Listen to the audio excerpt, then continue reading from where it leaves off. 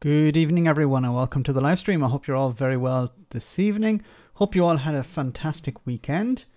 So let's jump into who's on the stream tonight. We have Seamstress. Thanks for coming on. Hope you're well. Anonymous, great to see you. Enzo the God, great to see you, Enzo. Nico, great to see you. Hope you're well. We have FSM is the dog, for sure. FSM is the dog. We have Geek Town. Great to see you, Geek Town. Super, great to have you on. Killer, great to have you on moderating once again. Raven, great to see you. Magister, great to have you on. We have Conservator. Hope you're well, Conservator. I hope you're safe. I know there's some crazy things happening over in the Netherlands at the moment. We have Boomerage 32. Great to see you. We have, let me see, Keyword Search Dating, fantastic name. Ed, great to see you, Ed. We have Tiny Demolition Lover, hope you're well. We have Draconic, great to see you. Gene T, great to see you. Cotton Cat, hope you're well. Great to see you once again. Dano, great to have you on, Dano. Fabs Play, great to see you. We have Pete, great to see you, Pete. Who else have we got? Christoph, sorry. Then we have Nortis, great to see you. Dr. Dankenstein, fantastic name, great to see you. Orange Flavored Unicorns, very good. We have Adam, great to see you, Adam, from Germany. Hope you're well. We have Yoni, great to see you. Hope you're well. Erman, great to have you on once again. Hope you're fine. Who else have we got? Wow, we're up to 300 viewers. Wow, okay. Apologies, I can't say hello to everyone, so I'll just try and go through some of the names that pop up here. Leon, great to see you. Glasgow Kiss, great to have you on. Hope you're well. Ministerian, great to see you. Thanks for moderating again. Ahmad, great to have you on. Steve, great to see you. Justice, Adam, who else? Giorgio, great to see you, Giorgio. Haven't seen you in a while. We have Red Star, great to see you, Red Star. Rosanna, hope you're well. I have to do a live stream sometime soon with Rosanna. We have Reagan Elite, great to see you. And so many more. Wow, okay. Just too many to name, I'm sorry. I'd spend the whole evening just saying hello to everyone if I did. Rich Hog, hello Rebus Beer, love the channel, great analysis, thank you so much, Rich Hog. No relation to Jacob Rees-Mogg, I hope. 300 max has hit the big time now. Yes, smash that like button. It seems to be the channel is getting, as the channel is getting bigger and bigger, also the live streams are getting gradually bigger, not as big as the channel itself, but the live streams are getting bigger and bigger all the time. That's great. So remember, Kendra, great to see you, Kendra. Remember, if you, Artemis, great to have you on. Hope you've been able to get on to James O'Brien recently. If you'd like to hit me with a super chat, I'll prioritize your comment, of course. If you'd like to support the channel further, you can become a patron. You get access to Discord, where there's lots of fun happening on Discord. And if you cannot afford either of those, don't worry, you can still support the channel by just liking, sharing, subscribing, especially on social media. If you can share videos on social media, that's a great way to help the channel. So before I get into some of the things tonight, I just wanted to give you an update about, for those who may be interested, maybe some people are not so interested, but I'm trying to maintain the channel as much as possible, because unfortunately in real life, in offline life, I agreed to do some work, and unfortunately I didn't expect it to be so concentrated over the next month, and I'm going to try and do as much work as I can on the channel, but you may notice you may see fewer videos and maybe less interaction from me on YouTube. I try to respond to many comments on YouTube, but over the next 5 or 6 weeks I'm going to be really full offline. I still, of course, be uploading videos and doing live streams, but my interaction with people on the channel, unfortunately, will be a bit limited, and I hate that. I love interacting with people on the channel. I love interacting with people on Discord, but I in Italian we say I took a step longer than my foot, which means in English you'd say I bit off more than I could chew, and I agreed to do something offline, and unfortunately I didn't realize it was much more than I could have handled. But I'm going to try and monitor activity on the channel, of course, as much as I can. Okay, anyway, that's get away from that for a moment. I want to read some of your comments before we jump into the topics tonight. Max, are you wine tasting? That would be nice. Oh no, unfortunately it's not wine tasting. Are you Vinton O'Toole? I wish I was Vinton O'Toole, Julia O'Keefe. Are you from Ireland, Julia?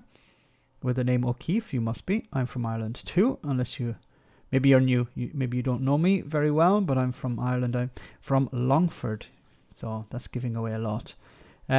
He's a secret Brexit MEP. Who's that? You're not talking about me, are you? I'm not. What's your day job? So what I do is I go into schools in Italy and I speak in English to children in schools for 1 hour a week. But unfortunately, I signed up to too many hours back before Christmas, sometime before Christmas. It was at the beginning of December, and I didn't know what was going to happen in 2021. I said, yeah, I'll agree to all of this. And then they put everything together in about 6 weeks, and I'm overloaded. I always try to keep something. Unfortunately, some of you probably know that the channel got demonetized a number of times last year. And unfortunately, YouTube never tell you the reason. They just say, oh, you're demonetized. And you're like, okay, what the hell is that about? So I always have to keep my foot in the real world as well, in offline work, just to be on the safe side, because everything could be taken away. This is one of the problems that many YouTubers face, especially the ones that get really big, because they've invested so much into the channel. And YouTube, just one day, you could make the wrong comment, you could make the wrong video, you could use the wrong clip, and your channel could be demonetized, for a minimum of 30 days. But you could also be hit with a copyright strike, for example, and your channel is offline for, you can't even upload videos and things like that. And, the bigger channels are able to appeal it, but some of the smaller channels just can't, they're in a queue or whatever, and they don't get an appeal. They don't get listened to, and they just disappear. And I don't want to do that. I have to be very careful at the same time. Ministerian, thank you so much for that super chat for the 2022 hamster calendar. So, of course, last Friday, we had the special event where The Foreigner won the calendar, the 2021 Mankini calendar.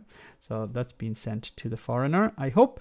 I need to check up on that. And also will be provided free access to Discord. So we hope to see The Foreigner soon. Thanks so much for that, Ministerian. Anyway, let me go back to some of your comments. My divorce demonetized me, Max. I'm sorry to hear that, Cthulhu. Davey, is Davey on the stream? Great to have you on, Davey. Let me see. Max, big job with your channel. Big hug from north of Spain, here at the Basque Country. Great to have you on. BitX, great to see you. Hope you're well. Thanks for that nice comment. Yeah, being demonetized sucks. They need to reformat the system, yes. Or at least tell people why they were, say, you broke this rule, for example, or you did this thing wrong, because then people can adjust. They can say, okay, I did that wrong, so I'm going to fix it. But it's like it's like you're stopped by the police and they say, here's a fine, and you say, well, what's the fine for? And they say, because you did bad things. And you're like, well, what did I do wrong? Now go ahead. And you can't, you don't know, was I speeding? Was I not watching the road? Was I don't know, was it my tail light was broken? I don't know. So they don't tell you. That's a bit like what it's like. when you're demonetized by YouTube. Do you live in Funky Town? What's that? No, I'm not going to try and sing it. Can you mail a Mankini calendar to Boris Buxton? Good to see you on, Buxton. I'm going to get to Buxton. I'm going to get to Boris in a moment. Sugar Free, great to see you. I see Sugar Free is very active on Graham's live streams. That's great. I was watching one of Graham's live streams today. I was traveling by car and I had it on YouTube. I wasn't watching it, don't worry. I was watching the road, but I had it on audio. And I recommend people check out Graham's live streams as well. They're amazing, really funny. He was talking about, I think it was the one from today or yesterday, when he was talking about the relationship between Scotland and Westminster, and he basically described it as, imagine having a flatmate that trashed the place and then got you to lose your job. He used the expression for shit and giggles. I couldn't stop laughing for a bit. Shit and giggles. Who's Graham? Graham Hughes. The Hughes at 10. We did a live stream together, so you should be able to find that. But he hosted a podcast called Three Blokes in a Pub. Very nice. Okay, anyway, let's jump into what we're talking tonight. Of course, we're talking about Brexit and COVID, but I wanted to start with this story. This was hilarious. Okay, I think most people have probably already seen it, but it's the Work and Pension Secretary, Therese, I don't know how you pronounce her first name, Coffey. She stormed off this interview. So I want to show you. So she said that the interview started late. It actually turned out it was 4 minutes late. She was waiting for 4 minutes, but she gave the impression that she'd been waiting for, 20 minutes or something. And when she received the tough question, she just she ended the interview with the excuse that, I have to go to another interview. Of course, the Conservative Party, the members of the government, have been avoiding Piers Morgan for something like 6 or 7 months. Almost a year. And in this interview, she said basically, well, the reason, well, let me give a bit of background first. So Piers Morgan had been asked, let me be very clear here. I'm not a fan of Piers Morgan, okay? I think he's an arsehole. But when he does something right, I'm going to cheer him on. And he's somebody who's holding the government to account at the moment. He seems to be holding the government to more account, or holding them more to account, I should say, than the official opposition. Okay. CJ, great to see you. So he's doing his job. He's a journalist and he's holding them to account. And because he's doing that, is Piers Morgan a Brexiteer? No, I don't think he's a Brexiteer. I don't think so. Now, I know he was, there was something, or maybe somebody can correct me, but I don't think he was a Brexiteer. But he did support something, I don't remember what it was. So there was something good and something bad that he supported. But maybe somebody in the chat can say. JW, he voted to remain. Okay, yeah, I was pretty sure, because I had a doubt, but I was more on the side that I was convinced that he voted to remain. But there is something that he does piss me off about, but I don't remember what it was. He's a self-confessed Remainer. Okay, thanks for that.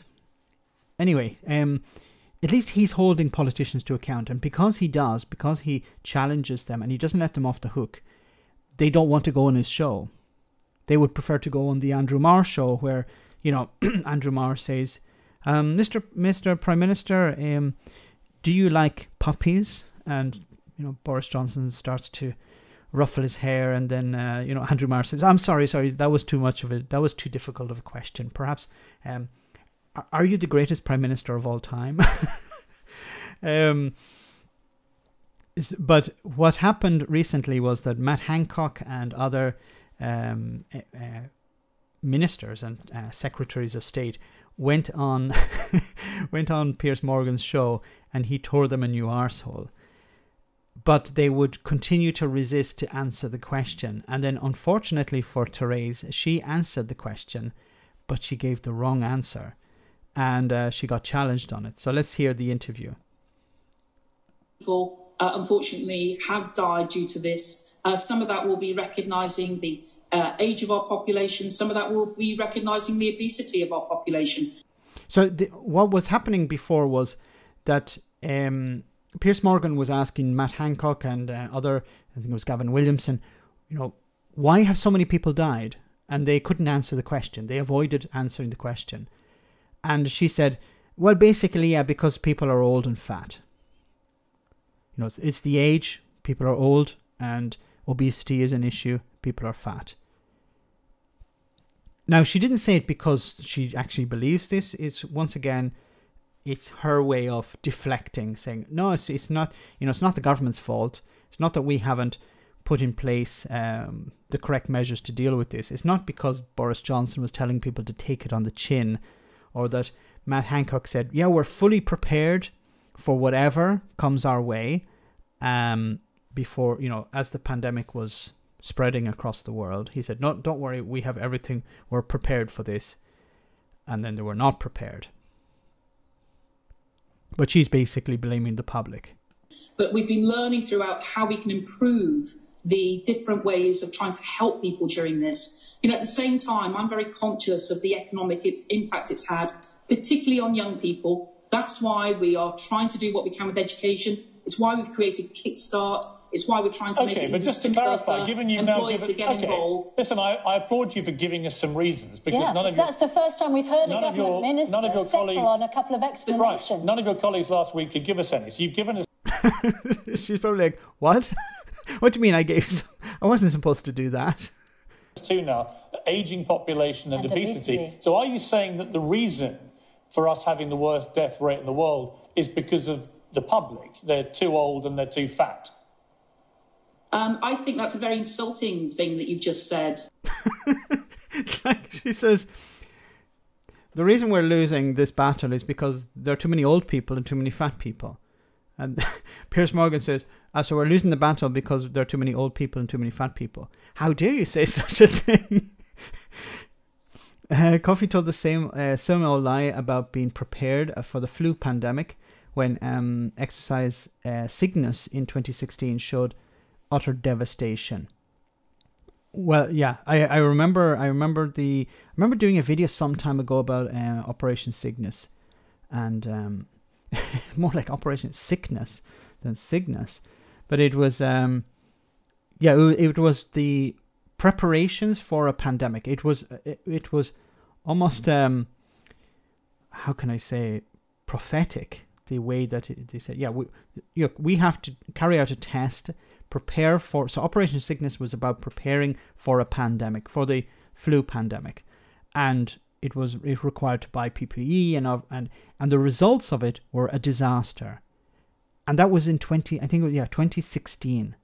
So wouldn't you think that after 2016 the government said, look, when they received the report, this has been a failure, you should prepare properly. It's like, if the fire brigade come to your home and say, look, your house is a disaster. If there's a fire, you're going to lose your life. And you go, that's very important. Yeah, that's really interesting. And you go back to, lighting fires and stuff in your home. Basically, the government were told you need to prepare. You're not prepared. And after they said, yeah, we're prepared, when they were not prepared. You just said it. I'm conscious that there's a variety of factors which will have led to people, sadly, being ill during this time. Can you hear that sound? It's like a wheel. It's called backpedaling. She's backpedaling here. She's like, oh crap, what did I say? I shouldn't have said that. Let me go back. It's a number of different factors. It's, people are old and fat, but also other things. like poor. You know, if you're poor, oh crap, no, I can't say that because we're responsible for these people being poor. Let me think of another reason why these people are getting sick. What else could it be? Sadly, that translating into deaths. I'm conscious that this is a very serious impact. Our own Prime Minister was in hospital in intensive care himself last April. I'm conscious that we are wanting to make sure we have a wraparound support. Sorry, what did you find? Now she's trying to use the old rhetoric of, okay, use the talking points, talk about how Boris Johnson went through this and we are prepared and we have everything we need, and get out of this hole. So she's trying to dig herself out of a hole. She said, okay, I've said something which was ridiculous. They're challenging me on it. Talk about something else so I can redirect the conversation in that over there, so I can avoid this issue. But I think she understands that Piers Morgan is not going to let it drop. Insulting, Ms. Coffey. Out of interest, what did you find insulting? You said two reasons for the fact we had the worst death. I also need to point out that you started this interview late. Unfortunately, I have to go to other broadcasters as well. And I wish that we'd had more time when we were. Well, you can come back anytime. We haven't seen you. I appreciate that. I haven't interviewed you since May, so you can come back anytime. It was you that boycotted the programme, right? So please don't play the "you haven't given me enough time" card, because we gave you 8 months and you didn't turn up. Let me ask you this. Yeah, but we were due to start at 8:15. I understand it. I'm really excited about the opportunities to kickstart for young people. I understand. I'm really excited about the opportunities for Kickstarter. Remember, it's a bit like Gavin Williamson saying, we're focusing on this, she's trying to redirect the conversation to something else.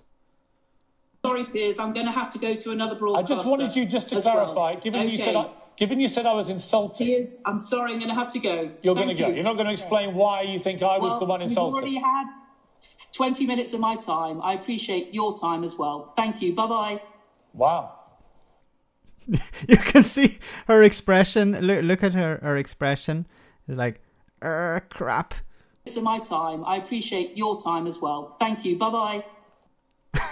It's like, oh crap. How do I switch this bloody thing off? He's holding me to account. Oh my god. Let me go back to you guys. The other broadcasters are Welly Kickstarter. I don't believe Boris was in hospital. If he was, he would have changed direction, meaning that he would have locked down and sorted it out and closed the country down. Darren, I thought the same thing. I actually thought that when Boris Johnson came out of hospital, he would be like, you know, I had a road to Damascus experience. I'm going to turn around and I'm going to do whatever's necessary for the NHS. I'm going to do whatever's necessary to save lives. The NHS saved my life. They saved my arse. You know, any reasonable person, it's like, you know, Boris Johnson is the type of person who, if you were Boris Johnson and you fell into a river and somebody came along and reached in and grabbed you and pulled you out, and, you know, they were slipping and risking to fall into the river themselves and die, Boris Johnson would get out, and then when this person said, look, you know, could you give me a lift home? You know, I've missed my bus because I came to save your life. Boris Johnson would tell them to go F themselves. That's the type of person he is. You would think somebody who saved your life would, you know, would be worth a lift home, you know, giving them a lift home. Boris Johnson is not like that. Boris Johnson, yeah, I thought he would be. I thought he would care about the NHS. I care about the staff who saved his life. He cared about it for the cameras. But then he turned around and threw them under a bus. And now, of course, with the attempts to get a US trade deal, and perhaps there will be a US trade deal later on, not at the moment. It seems to be on the back burner because Joe Biden doesn't want to focus on that at the moment. He wants to focus on COVID and repairing the economy. But maybe later on, in a few years' time, the Tories will perhaps get a trade deal with the US. You know, this is the core of Brexit. But if they can achieve that, it'll be a success for the Conservative Party. But, you know, of course, part of the trade deal will, of course, be the sale of sections or the wholesale of the NHS. Unfortunately, the the same NHS that saved Boris Johnson's life. Max, the problem here is that you expect integrity from a Tory. I'm setting the bar too high, because I'm naive, but I feel and I hope that there is some humanity in people. Even Boris Johnson. I know he's a narcissist, but I'm a fan of Star Wars. And at the very end of episode 6, where Darth Vader is dying and Luke takes off his helmet, and he says, you saved me. There was something good left in him. There was some good in him. And, if Darth Vader can come back from the dark side and destroying planets and killing children or whatever, surely Boris Johnson can come back from the dark side. We'll still have the NHS. It just won't be free anymore. Yeah, well said. This government has a lot to answer for. Over 100,000 deaths and still rising. Boris stood this evening and lied once again. I think Boris will be out very soon based on tonight's speech. Yes, I'm going to show you part of the speech from tonight. Philippe, thank you so much for that super chat. Brexit, we need to leave the EU. Also Brexit, set your business up in the EU to work around EU rules. Spoilers, Max. I've been blown away by the fact that the government turned around so quickly and said to companies, I thought they would do this behind the scenes, but they've been so avant-garde about it, just so frank about it. A small business, we're struggling under this new bureaucracy from Brexit. Go move, set up in the EU. What? You mean, what about Global Britain? To hell with that. That was just a slogan. Set up in the EU. That's it. That's the advice. Insane. Thanks for that super chat, Philippe. So, let's move on. Boris Johnson. Boris Johnson giving his speech about the 100,000 people who have died so far from COVID in the UK. And it's actually exceeded, it's exceeded 100,000. I think Boris is close to the end here, because Boris Johnson's showing remorse. Now, he said he's sorry about the deaths, not sorry about the government's action. It's very important to listen to what he says, because politicians are very clever with their language. They'll say things like, I'm sorry if anyone was offended. Not I'm sorry for my action, for example.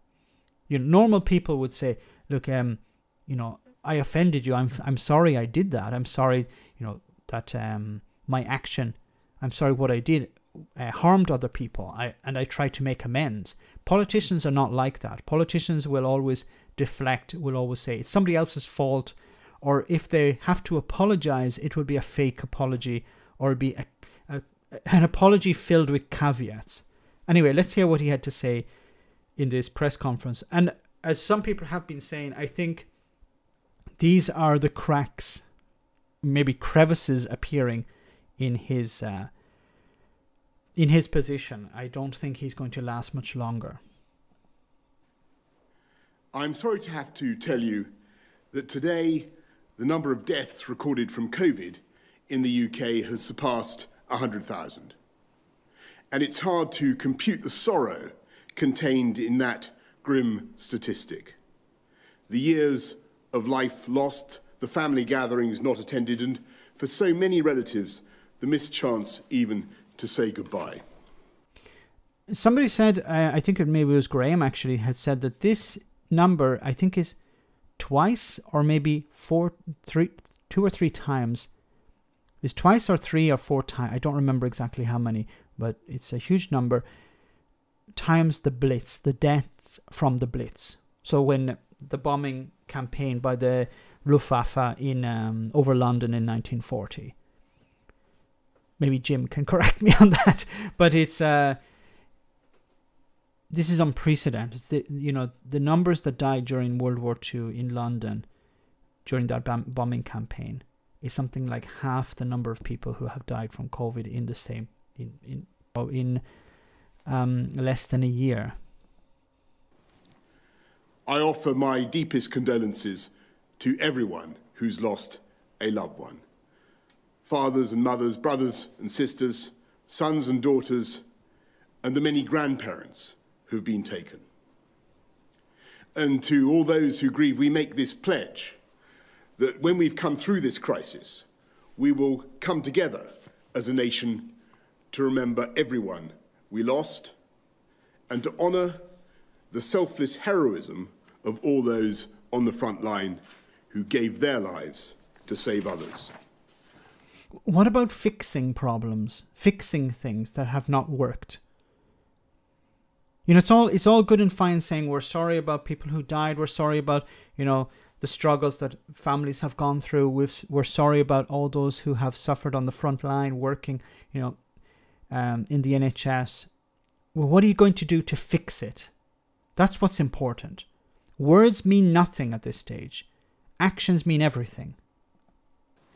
We will remember the courage of countless working people, not just our amazing NHS and care workers, but shop workers, transport staff, pharmacists, teachers, police, armed forces, emergency services, and many others who kept our country going during our biggest crisis since the Second World War.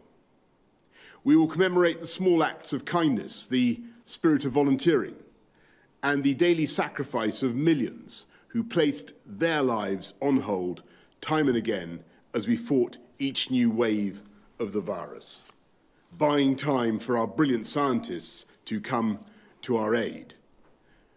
In that moment of commemoration, we will celebrate the genius and perseverance of those who discovered the vaccines and the immense national effort, never seen before in our history, which is now underway to distribute them. One that has now seen us immunise over 6.8 million people across the United Kingdom. And when those... I don't want to be a fly in the ointment here, but remember that when Boris Johnson is talking about people who have been immunised, you can almost cut that figure in half, because he's not actually talking about people who have been completely immunised. It's people who have received the first shot of the vaccine. They are waiting for the second dose. And they have made this decision of saying we're going to wait for up to 12 weeks when the message on the tin was to say, no, you should wait 3 weeks. Now, I don't know if that's going to have a huge impact on the protection that the vaccine is going to provide. But there seems to be an effort to vaccinate as many people as possible with one dose of the vaccine and not completely protect people. Now, that may seem, okay, reasonable on the surface, but if it results in people not being fully protected, then what's the point in doing that? It seems to be just a numbers game. Let's vaccinate as many people and then promote the fact that we've done it. Not actually follow the science. Just follow statistics. Say, look, this is a slogan. We have done the best. We are the best in the world. We're the best in Europe. But it's not a game that Boris Johnson should be playing. If he wants to achieve the entire community, the entire country protected, then he should be following the scientists, not the likes of Dominic Cummings or whoever the hell is promoting this idea. Just vaccinate as many people with the first dose, and then we'll deal with the second dose sometime in the future. Or we don't care about it. We just, promote the idea that we have vaccinated so many people. There's a huge risk there. Vaccines have finally freed us from this virus and put us on a path to recovery. We will make sure we learn the lessons and reflect and prepare. And until that time... He almost said it. I thought he was going to say it, but then my own logic, kicked in and said he's not going to say it. We're going to learn from the mistakes. I thought he was going to say mistakes, but of course he would not say that because he's a politician. We will learn from this. Learn from what? You learn from your mistakes. Say it, Boris. We have made mistakes. And it's not to score some political points or anything. I think this is important. It's building trust with the public. Yes, we have made mistakes. Here are the mistakes we've made. This is how we're going to fix it. But if you can't admit that you've made mistakes, then you can't fix those mistakes. I don't think Boris Johnson even considers these things mistakes. Yeah, we didn't purchase enough PPE. To hell with that. That's not really a mistake. We don't care about that. We spent 12 billion pounds on test and trace, which we handed over to Dildo Harding, as someone referred to her as. And where's that money gone? Was that a mistake? I would call it a big mistake, handing money over to someone and this money disappearing and you getting nothing in return or getting something faulty in return. How is that acceptable? How is that not a mistake? If you say, I'm sorry, we spent all this money on Dido Harding or whatever, and we didn't get anything in return.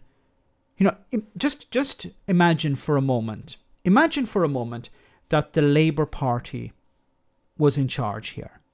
Can you imagine what the Tories would be saying if Jeremy Corbyn, for example, was Prime Minister and Jeremy Corbyn handed over £12 million to a friend of his who was going to run test and trace? Now, I don't think for a second he would do that. Once again, I'm not Jeremy Corbyn's biggest fan, but he would not do something like that. But imagine if he did. What do you think the Tories would be doing now? What do you think the Sun or the Daily Mail or the Express or any of these other pro-Tory newspapers would be writing about? They would be calling for his head. But because Boris Johnson is doing it, well, it's just Boris.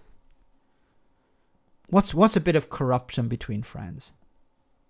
The best and most important thing we can all do to honour the memory of those who have died is to work together with ever greater resolve to defeat this disease, and that is what we will do. I'm now going to hand over to Chris for the slides. Thank you, Prime Minister.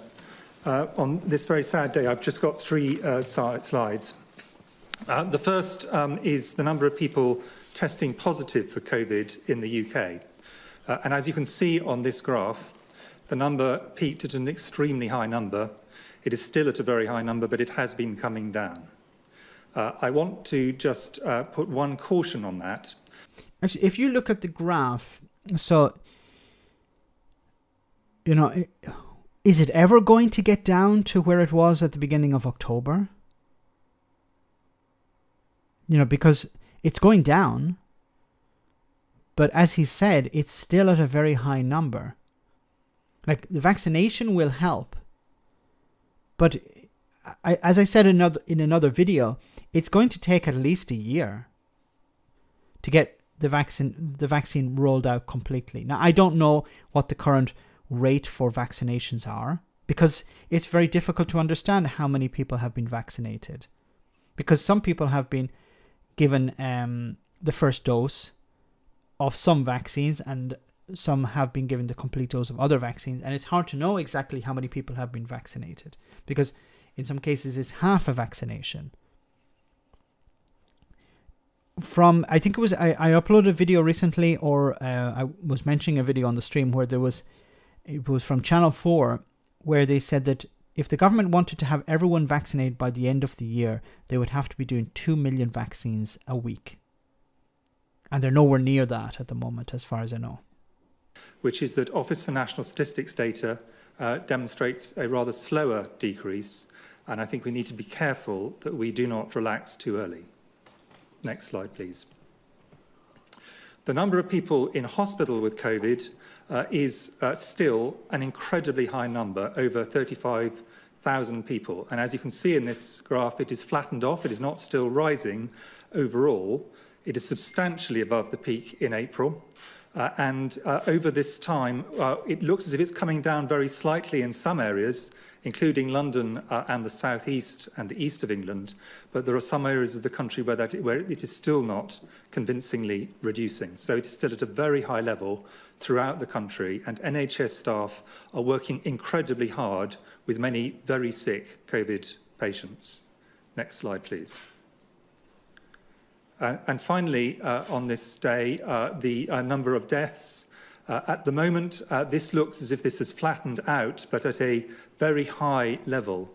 So the most recent 7-day average for deaths, the rolling 7-day average, is 1,242 deaths, an incredibly high number. And I think we have to be realistic that the rate of mortality, the number of people dying a day, will come down relatively slowly over the next 2 weeks.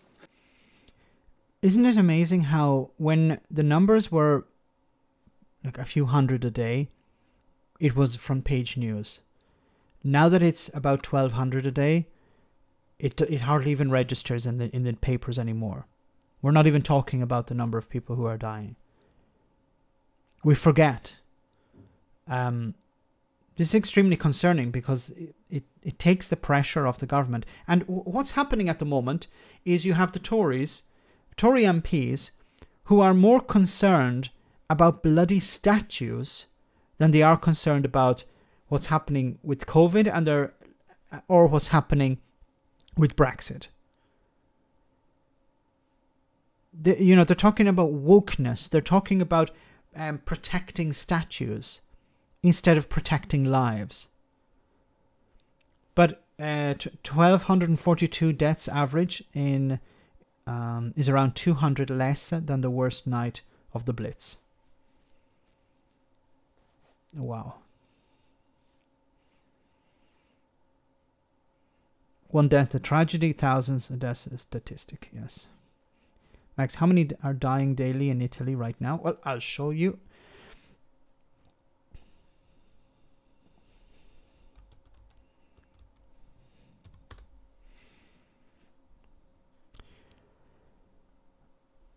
So, I want to show the daily breakdown where I need to go to Google.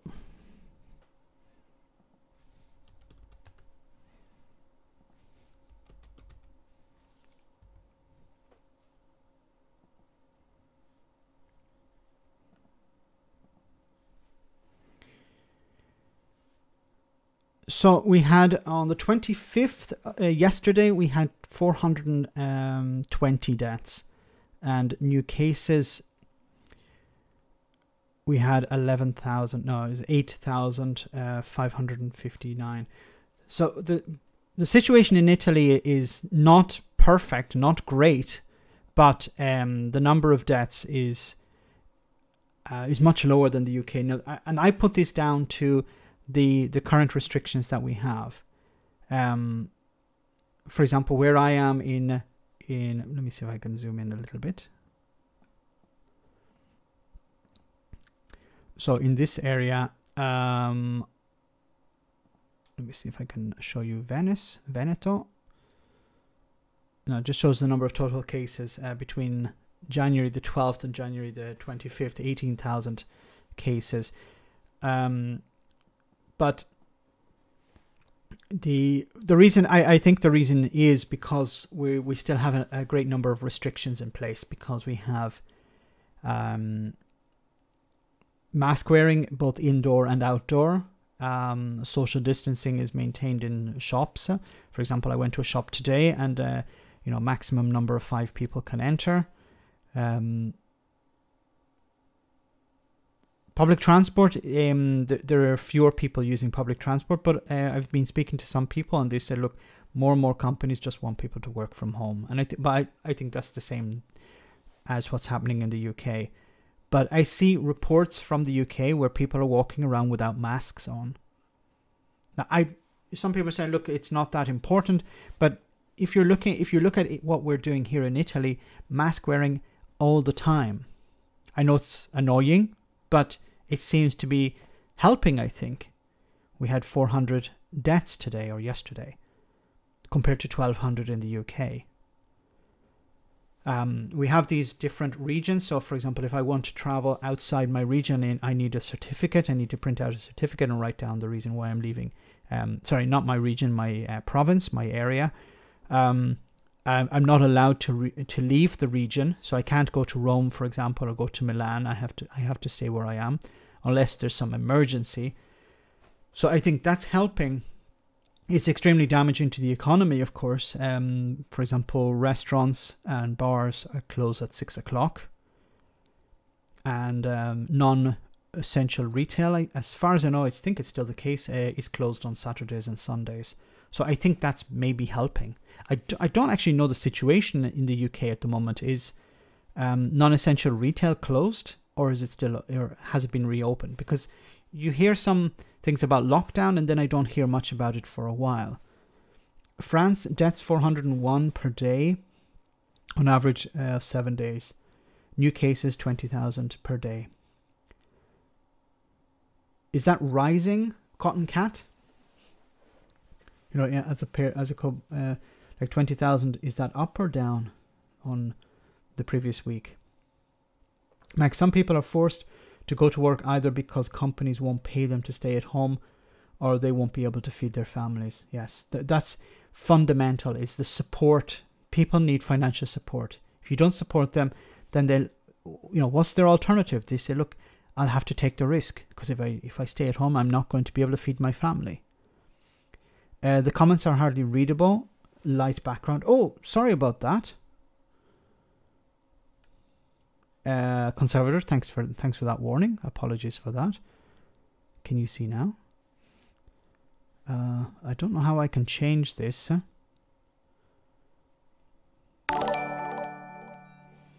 don't know why it's disappearing. Let me see if I can.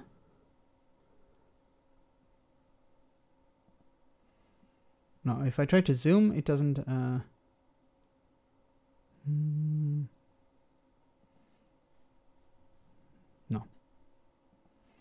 No, that's not working. Okay, well, let's move on. I'll just read some more of your comments. Tiny Demolition Lover, thank you so much. From your #1 fan, yes. Thank you so much for that. I will have to dedicate a channel just to ASMR for Demolition Lover. You're not.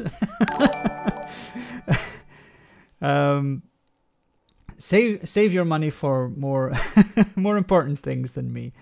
Thank you so much for that. Very kind of you. Shrink the right side of the browser. How do I do that?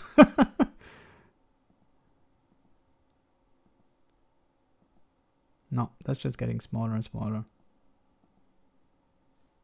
Okay, but I can't get rid of this part.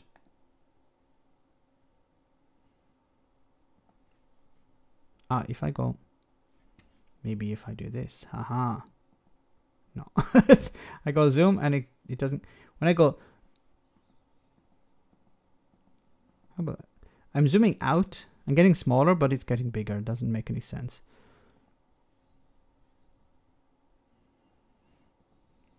Okay. Joe Biden in the title, so I just clicked. This is my first time here. Oh, Jay Bond, great to have you on the stream. I promise I will get to Joe Biden in later on in the stream, but normally I'd cover British topics like Brexit and COVID and other European issues, but I will drag it. Look. Oh my God, now I've made it so small I can't even see it anymore. Okay, I just go back to normal and move on to the next topic. Okay. You should be able to see this. Matt Hancock. Isn't that better? Matt Hancock is much more interesting. So it says here, Matt Hancock rebuffs MP seeking roadmap out of COVID lockdown. Now, I've talked about this before. I think it's important that we ignore the lunatics for a moment, but there should be a pathway. There should be a roadmap out of lockdown. You have to tell the public, we need to get down to this number of cases per day. We need to get the R number to this rate. We need to bring down the number of people in hospital. There has to be some sort of statistic some sort of barometer that you can use to keep the public on board. Because I think if you just tell the public, yeah, we just need to bring down the number. And I talked about this before, how Matt Hancock would, in interviews, would say, we have to bring the number way down, right down. And of course, right down to what? He never said what that number was.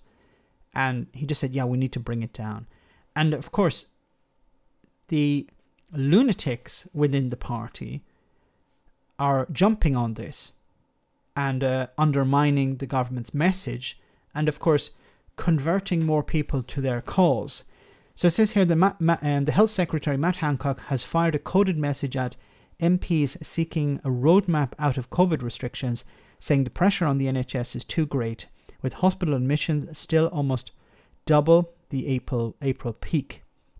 The Deputy Chief Medical Officer, Jenny Harries, said people need to keep these figures in proportion, adding that that there is a serious risk to health services, especially in winter. We are not out of this by a very long way, she said. MPs from the COVID Recovery Group. So the COVID Recovery Group is a bit like the ERG, the European Research Group. This is just made up of a bunch of lunatics who don't want any type of restrictions or any type of lockdown. You know, it includes people like Sir Desmond Swayne. If you don't know who Sir Desmond Swayne is, I do recommend you check him out. He makes Jacob Rees-Mogg almost respectable. Look respectable. MPs from the CRG have piled pressure on the government in recent days to set out the next step to lifting restrictions in England, calling for measures to begin to ease from the 8th of March after the most vulnerable groups have been vaccinated. Now, the problem with this is that you can't set an arbitrary date. Okay, this number of people have been vaccinated, let's go back to normal. No, it doesn't work like that. First of all, people can be vaccinated, but it takes time for that vaccine to work the system, to have its effects. And then second, just because some group of people have been vaccinated doesn't mean that, okay, now we can go back to normal. These people, as I've said before, just care about getting businesses up and running again, because their supporters, their donors, are taking a financial hit. They don't; those donors, those business owners, don't care about their staff. They don't care about the poor. They don't care about the working class. They see their profit margins hammered by this. And they just want people back to work. They want people going back into pubs and restaurants and sandwich bars and whatever, so they can start making a profit again. Doesn't matter if people die. They were the same people who were, campaigning to end the first lockdown early.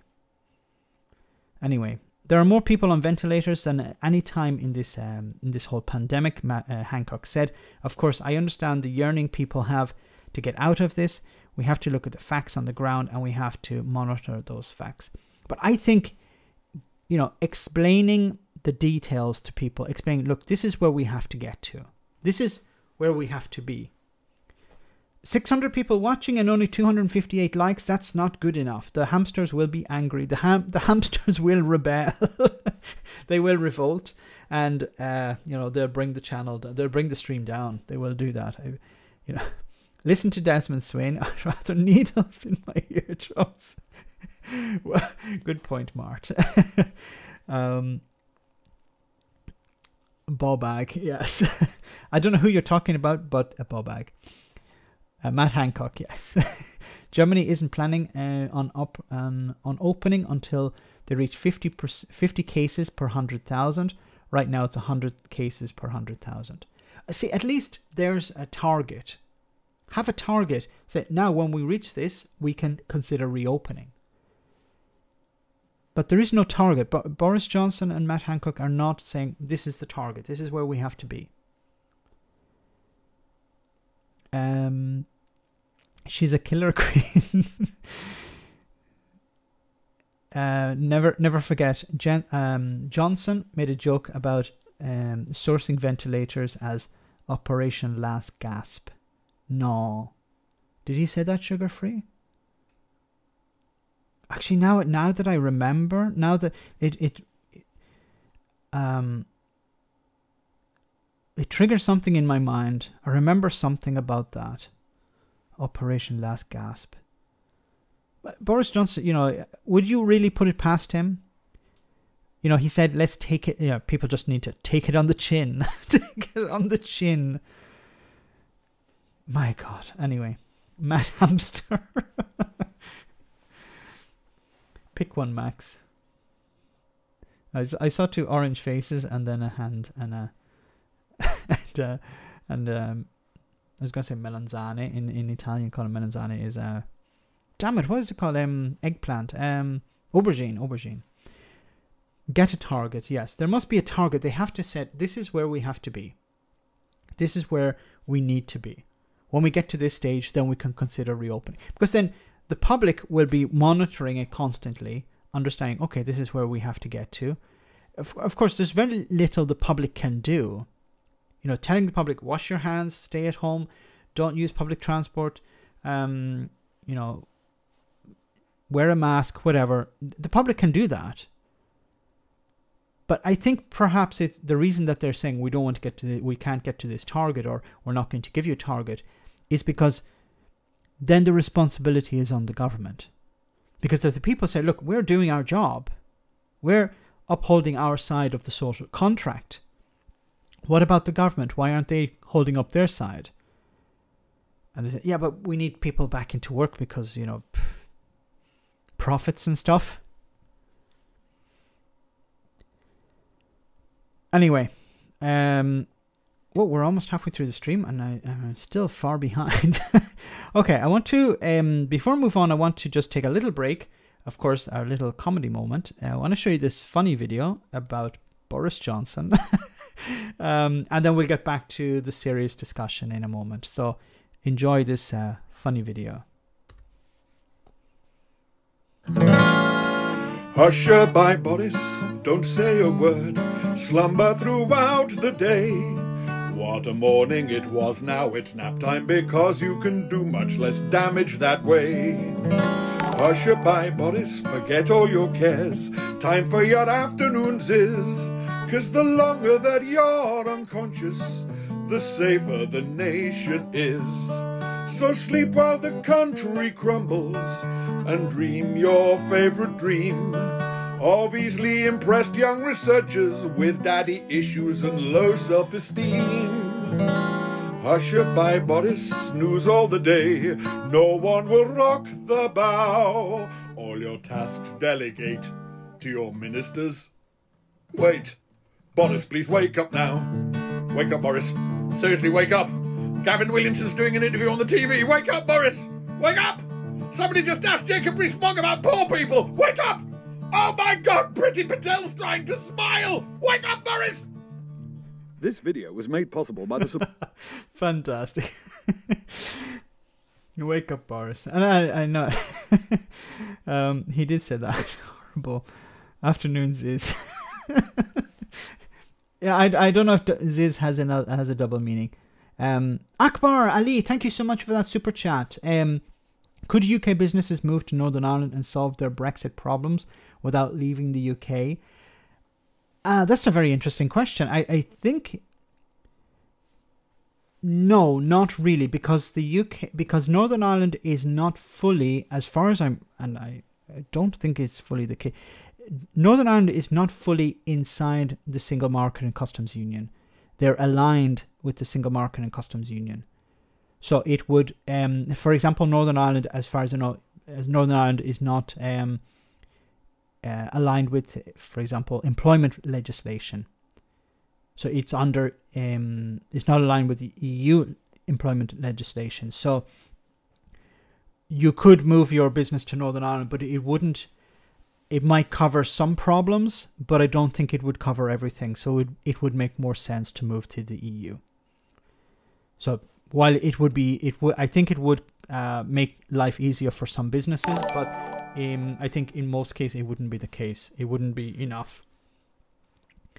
But I must do some research into that. But thanks very much for that super chat. It would be an interesting thing to investigate, because Northern Ireland is closer to the EU, is more aligned. Grathok, thank you. Grathok, thank you so much for that super chat. At least in Europe, you have you have the national responses. In the US, it's state by state, with some states have no response at all, and some states have no response at all. There needs to be a federal. There needs to be a federal response. States need to be told, you need to do this. It's ridiculous that there's a state by state response, because someone could be in a state where there are strict restrictions, there are restrictions, and then they could be neighboring a state that doesn't have any restrictions at all. And of course, people can just move from one state to the other and bring the virus in.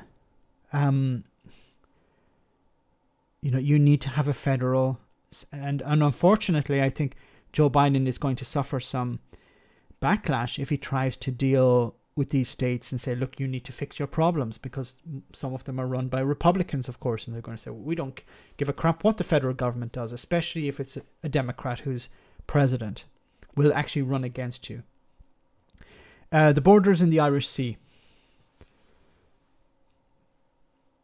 Thank you very much for that, Conservator. Thank you so much for that super chat. Well,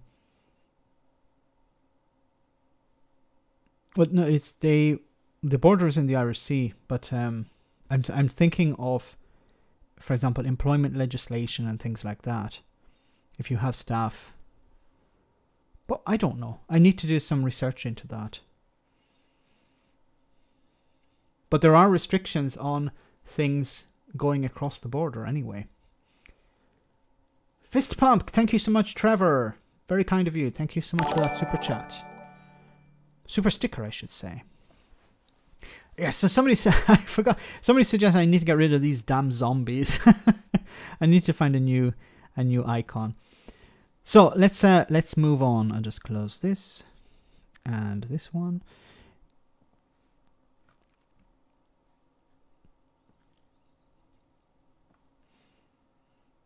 Okay, let's move on to Brexit, of course. No, I want to go to this story first.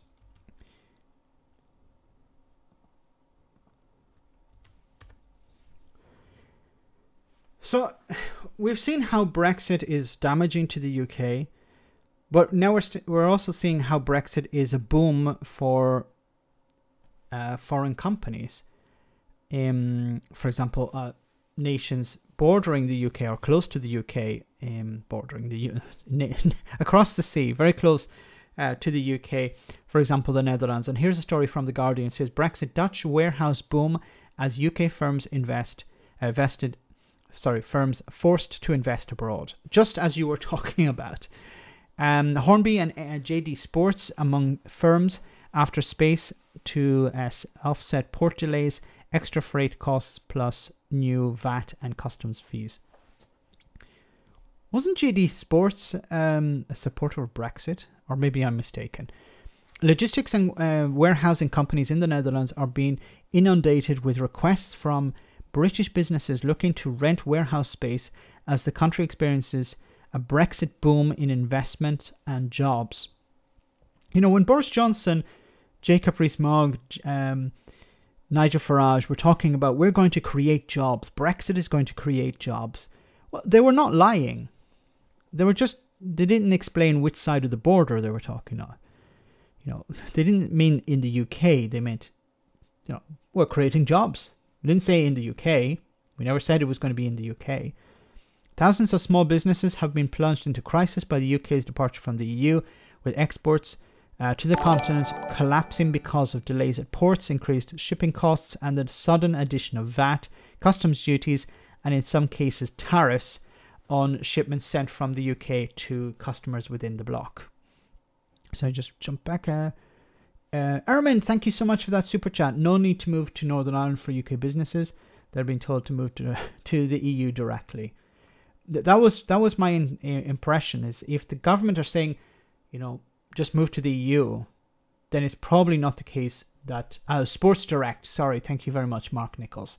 It wasn't JD Sports, it was Sports. I knew there was sports, one sports provider was a supporter of Brexit. I wonder what Sports Direct think of Brexit now. Dutch is similar to English. Yeah, so if they're saying, you know, there's no need to move to Northern Ireland, you need to move to the EU, it's probably because Northern Ireland is not sufficiently close, not sufficiently aligned with the single market. Let me read some of your comments before I go ahead. They get their drugs there too. General strike is best option, but too many people are on the breadline to stop working. I think COVID has suppressed many people's anger, and I think after COVID, once there's a vaccine, once people have been protected by the vaccine, there's a real risk of social unrest. Many people would like to be out protesting. Isn't the VAT and customs fee an absolute winner for folk ordering goods in the EU? Oh, I order an item, get a text. That £20 more, sir. Before we can deliver, winner. Yes. Well, seeing as now even the US companies have to register for UK VAT, the UK is screwed basically. I don't know how this is going to be fixed. Or is it possible to be fixed? This is the new normal. You know, I really don't understand what Brexiteers and especially Brexit supporting small businesses expected was going to happen. How did they think this was going to play out? My biggest market, my biggest customer is the EU. I want barriers with the EU. It's a bit like the video the video I uploaded today about the fishermen. I think it came down in many ways to greed. Nigel Farage said, "I'm going to make you rich. We're going to avoid all these restrictions, all these, you know, workers' rights and environmental protections. You know, we'll be able to get out of all of this, and you'll become richer." And these people were greedy, and instead of actually looking after their business and taking a step back and saying, look, should I listen to Nigel Farage?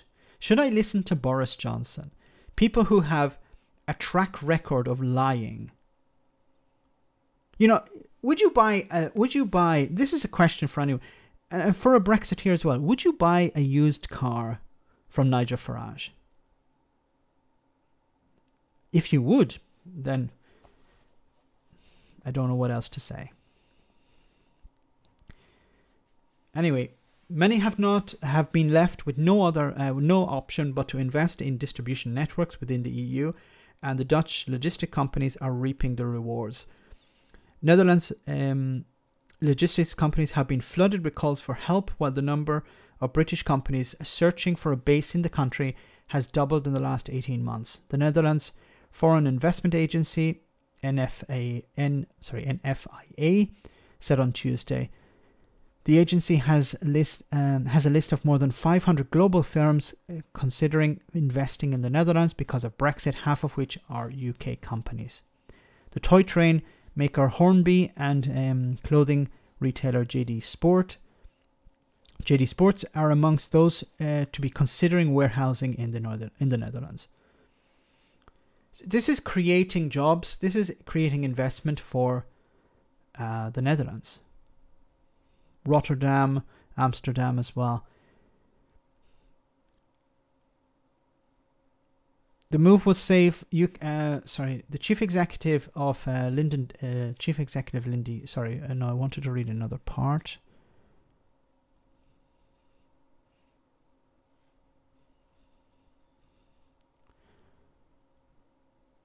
No, it's not here. No, it was here. Yeah, sorry.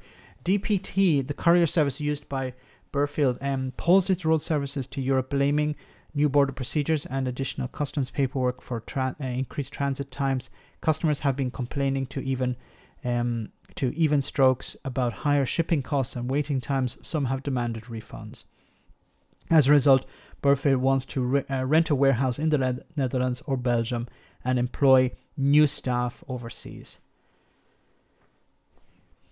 You know, there's no pleasure in this. There's no pleasure in saying, look, the Brexiteers were wrong, because this is going to cost British businesses. It's going to cost jobs.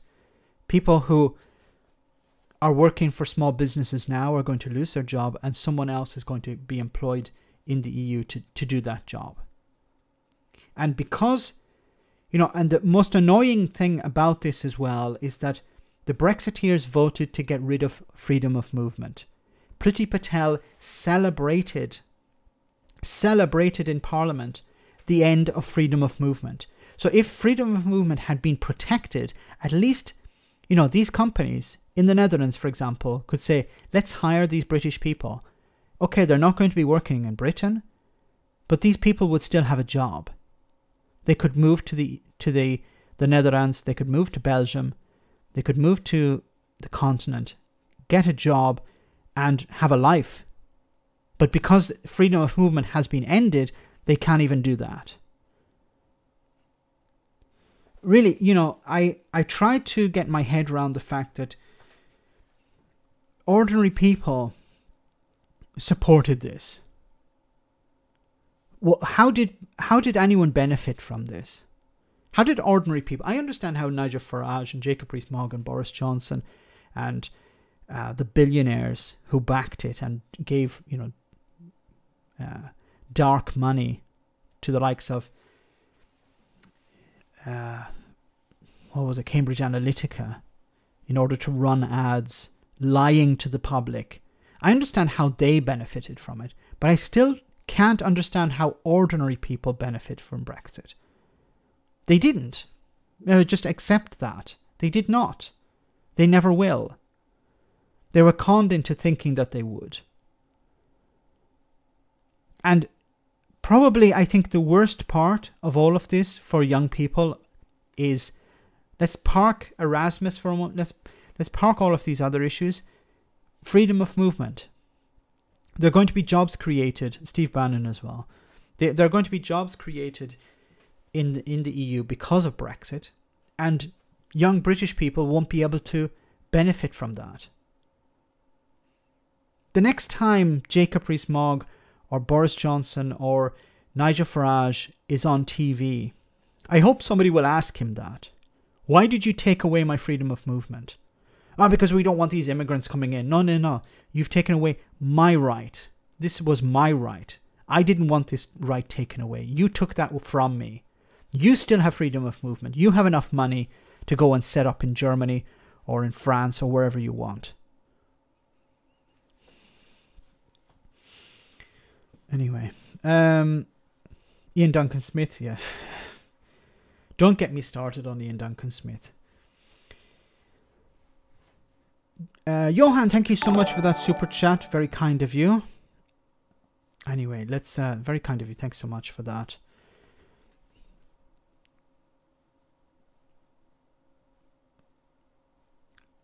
One other issue. No, I'll do. Sorry.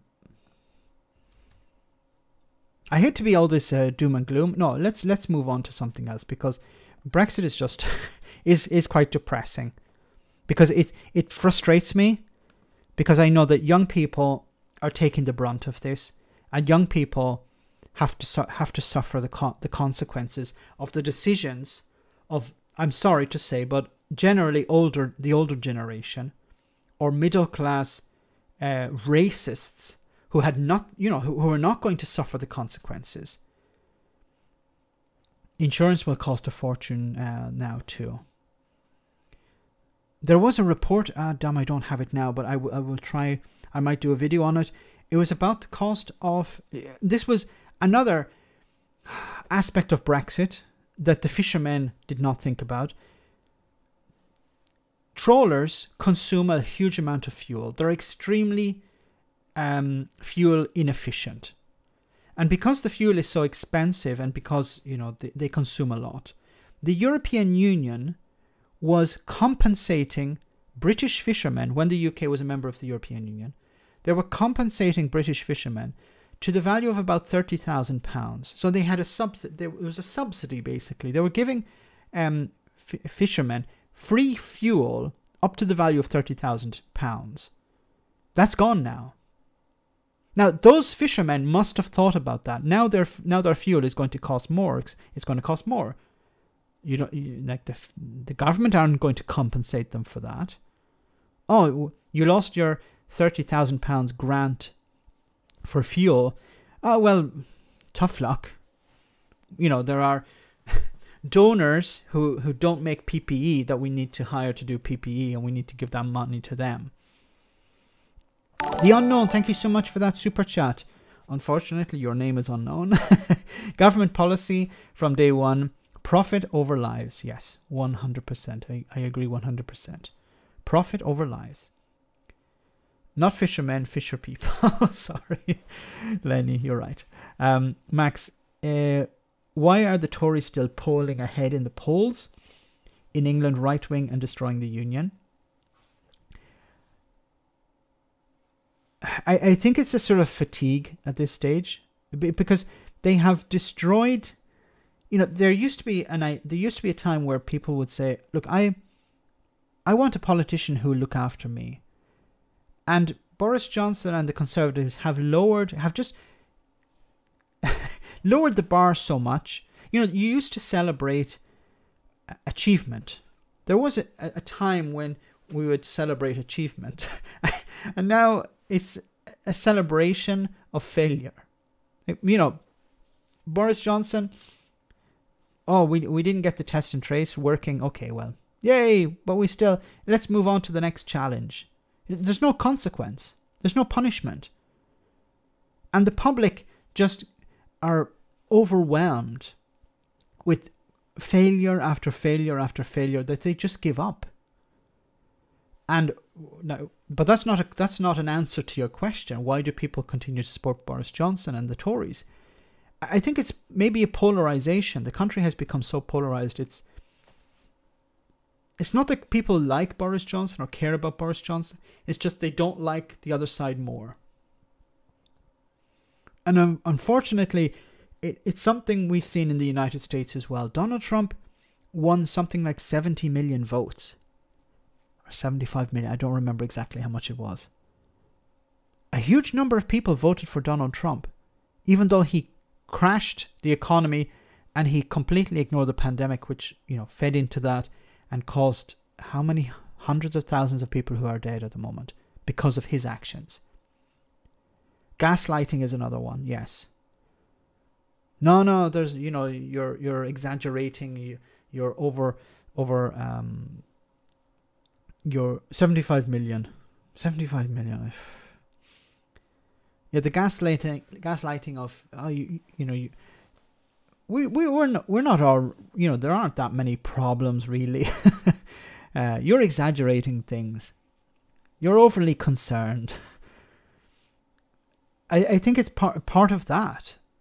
Why people can, the Labour Party should be thrashing Boris Johnson and the Tories at the moment, but they're not. Now, Starmer is poor opposition. I was very disappointed, and I said at the time, Keir Starmer should have abstained from the vote. Now, for Brexit, sorry, I didn't mention Brexit. He should have abstained from the Brexit vote, but instead he whipped his party to vote for it. Now, how is he going to come back after and hold Boris Johnson to account because of Brexit? Look at this disaster at the port. And, Boris Johnson would say, oh, but you voted for that.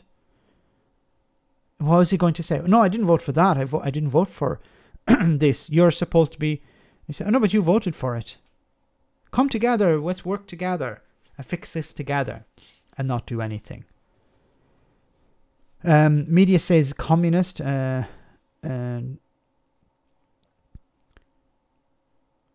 Trotskyite, communist and Trotskyite, and they've been doing that since Thatcher.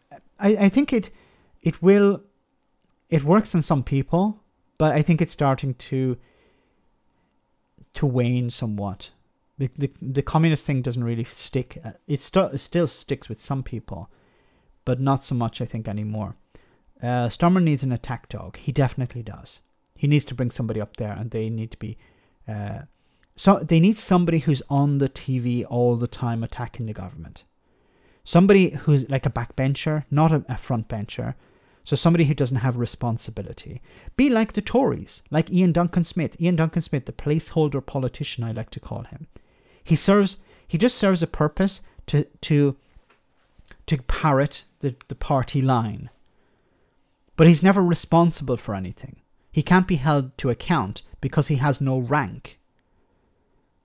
You know, he's pushed in front of a camera and said, say this crap, and he says the crap, and he gets well paid for his newspaper articles or whatever. And there's no, you know, he doesn't take any flack because he's not a minister. He's not a front bencher. He has no power. But he serves a purpose. Miliband, very good conservator, someone like Miliband. But it has to be somebody who's not in the cabinet. It has to be somebody, maybe a backbencher or someone like that.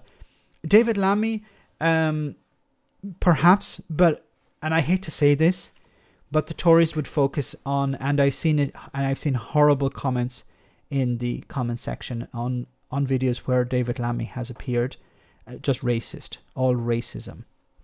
And unfortunately, I think the Tories would focus on his race.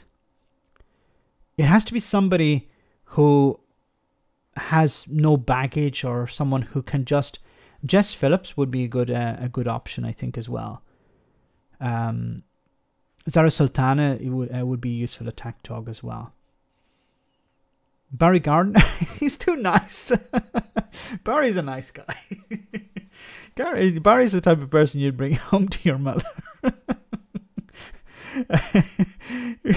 He's like a, you know, I don't know, Philip Schofield.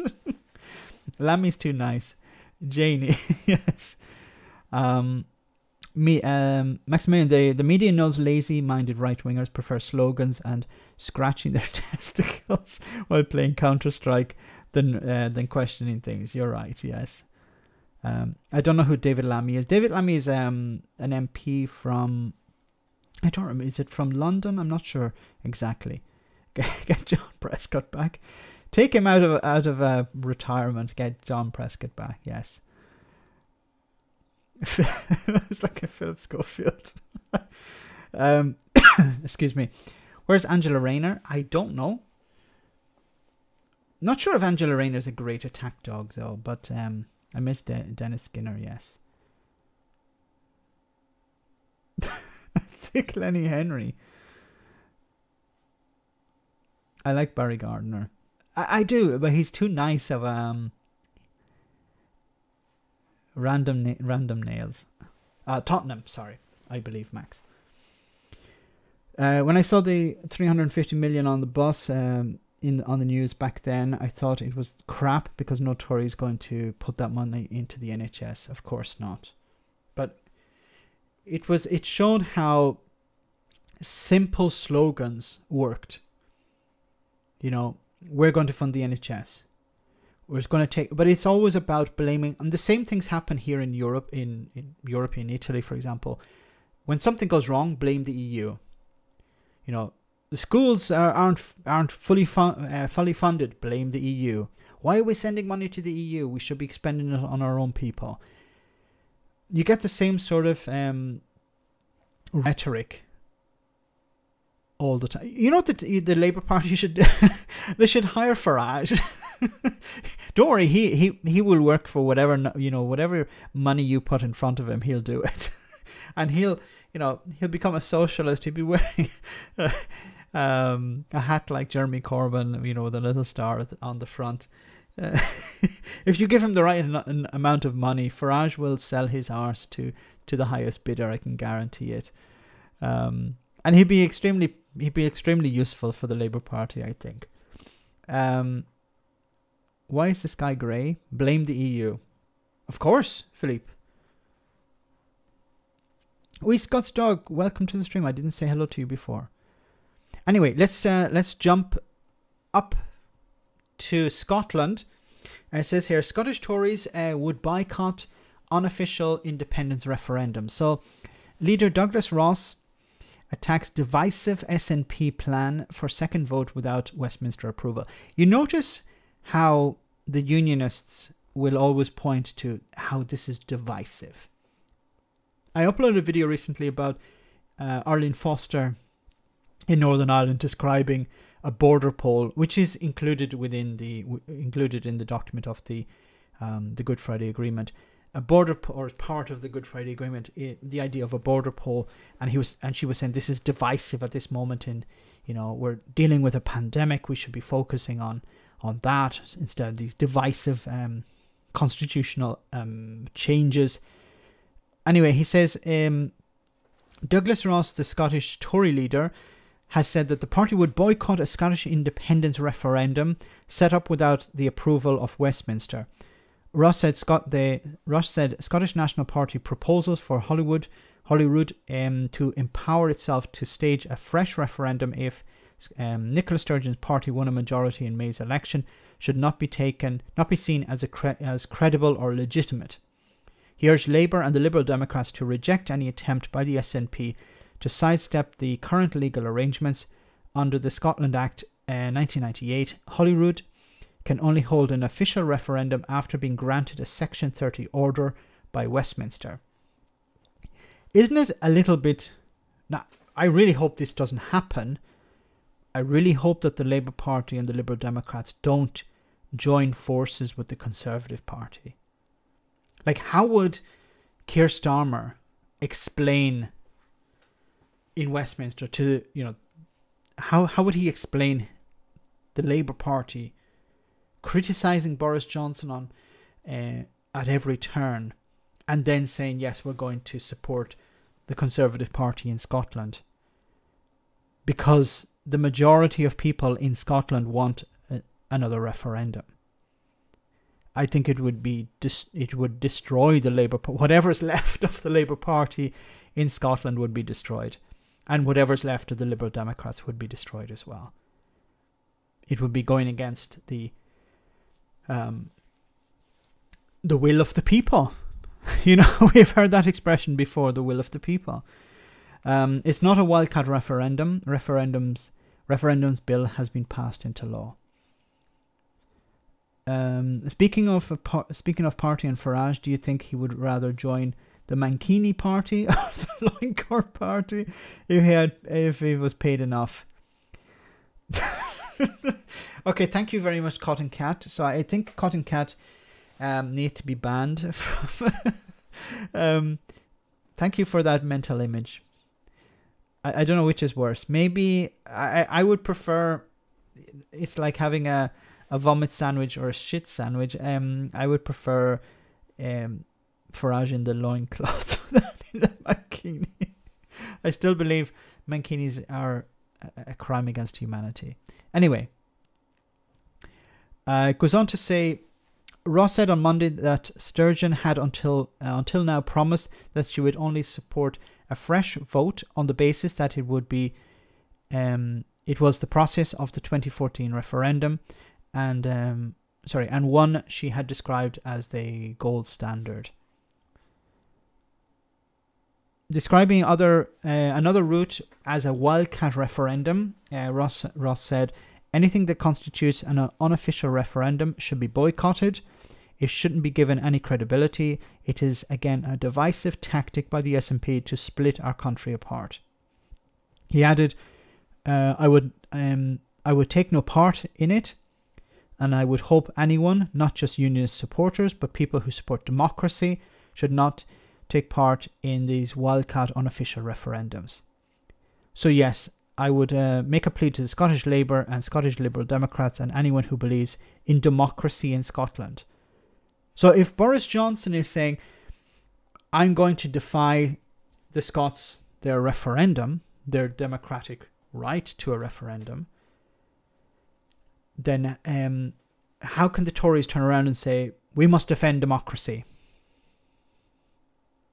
Look, I'm not in any way an expert on any of this, not one bit.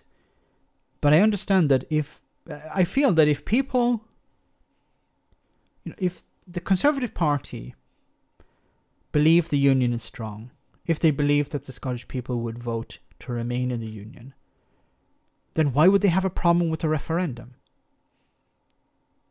If they truly believe, look, the Scottish people don't want to be independent. They want to stay in the Union. Then why wouldn't you allow that? Why wouldn't you say, look, here's your referendum. Campaign for it. Say, get more people out. We want a massive turnout for this. Because the vast majority of people want to stay in the Union. Because the alternative is, Kendra, good night. Have a great evening. The alternative is that you're afraid. And you're stopping the people from having a vote because you're afraid. Then isn't that a sign of desperation? We're afraid we're going to lose, so we're going to throw any obstacles we can at a referendum. It doesn't, you're supportive of allowing people self-determination, or you're against it. If you're against it, it's because you're afraid that they're going to become self-determined, become free. Anyway, it goes on to say, Sturgeon told BBC One's Andrew Marshall on Sunday that if the SNP won a majority in May's elections, based on a manifesto commitment to hold a referendum, her party would have a clear democratic mandate. The polls show now that the majority of people in Scotland want independence, she said. If the SNP win the Scottish election in a few months' time on proposition of giving, in a few months' time on proposition of giving the people that choice, then what Democrat would rightly stand in the way of that? If the people voted for that, this is the way Brexit should have been carried out. There should have been a party saying, we support Brexit, we support leaving the European Union, and you vote for that party, and they deliver it. It should never have been. Brexit was presented as, here it is to everyone, vote as you want. Without any information, without any proper backing by either party. There was some of the Labour Party, some of the Conservative Party, and it was used as a bloody nose basically for the government. It was to deliver a bloody nose to the government. At least when it comes to Scottish independence, the people have a clear choice. You either if you vote for the Labour Party, the Conservatives, or the Liberal Democrats, you're voting not for a referendum. You're voting against a referendum. If you're voting for the SNP, you're voting for a referendum. I think that's quite clear. The SNP published a pre-election blueprint at the weekend proposing that if Westminster ignored the election result and continued to refuse a Section 30 order, Holyrood would legislate to hold an indicative referendum itself. This policy, which is likely to trigger legal challenges that would end up in the UK Supreme Court, is expected to be central to the SNP's main election manifesto and adds to pressure on the Tories and Labour to offer an alternative. What is the alternative? Many Labour MSPs, members of the Scottish Parliament, believe that the party should support a referendum if the SNP wins a majority, a position rejected by Keir Starmer and the Scottish Labour Party leadership. So you have the members of many SNPs from the Labour Party believe, look, if the Scottish people want to become independent, we can't stand in their way. We have to support it. Look, I think they're being pragmatic here. And they also want to protect their party. Because look at it from this point of view. If they say, look, the Scottish people should be allowed to have their vote. And let's say, for example, something happens and the SNP don't win a majority. Those MPs will say, look, I didn't stand in the way of independence, whether we get it or not. But if we get it, I think these MPs or the SNPs are thinking also about their future. If Scotland becomes independent, they want to be remembered as the people who, didn't stand in the way. I think the Conservatives are, their future is in an independent Scotland is going to be extremely difficult.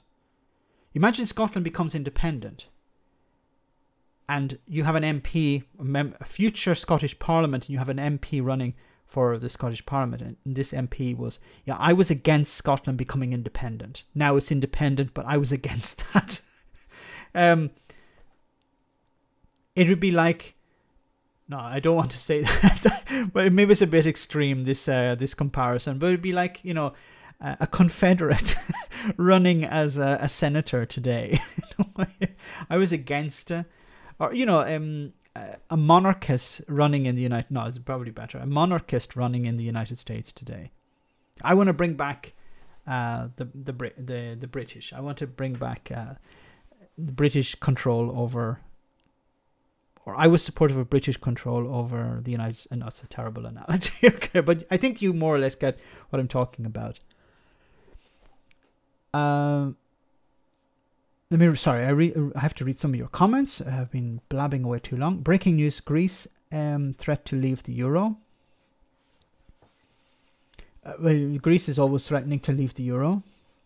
As someone who ran and racketed multiple local yes campaigns, I'm deeply concerned about a renewed vote at the moment. If we lose again, it's over, and it's over for a long time. My only concern is that there's a lot. There may be some complacency.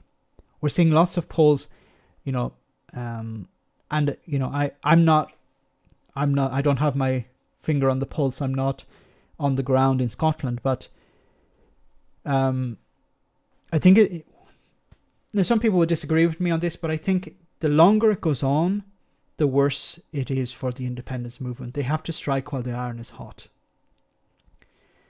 If the SNP win a majority, they need to trigger it immediately. It needs to be triggered as soon as possible.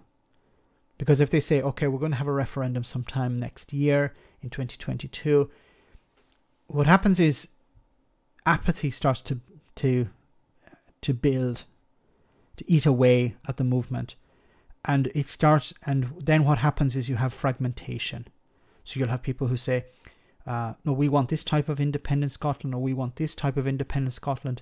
And, you know, people will start to ask questions, oh, how we do this, how we do that. And I think there's a risk that the movement, which I think is quite united at the moment, could start to fragment. So it's important that it's carried out as quickly as possible.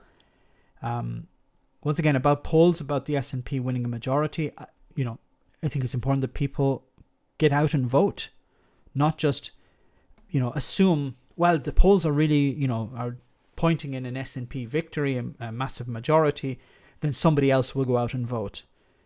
I don't think that's the case. I think the Scottish people are quite motivated to get out and vote. I'm not sure of how the situation is in Scotland. You know, is there usually a lot of, you know, high turnout? But, you know, don't look at polls.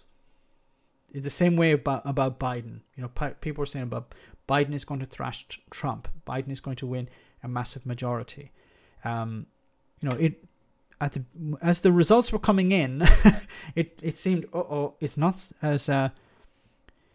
such a victory that we thought it was going to be.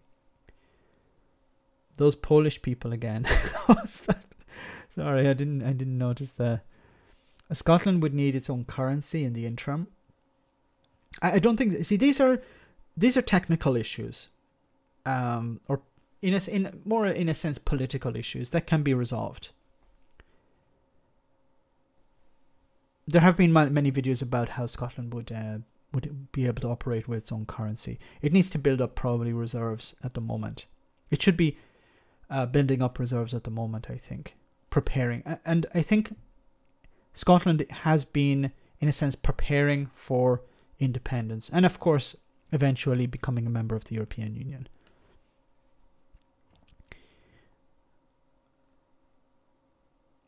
Okay, I want to show you this video where it says that, sticking with Scotland for a moment, it says here that Boris Johnson is afraid of democracy. He's threatened by democracy. And this is a video of Nicola Sturgeon. She was interviewed by the BBC, and she talked about how Boris Johnson is afraid of democracy. Well, it's Robert Burns' birthday tomorrow, our annual Burns Day, and when I hear Boris Johnson talk about this, I kind of bring to mind a Burns poem, you know, Cowran Timor's beastie, what a panic's in thy breastie. He's frightened of democracy. The polls now show that a majority of people in Scotland want independence. If the SNP win the Scottish election in a few months' time on a proposition of giving the people that choice, then what Democrat could rightly stand in the way of that? So Boris Johnson clearly just fears the verdict and the will of the Scottish people. I think he is afraid.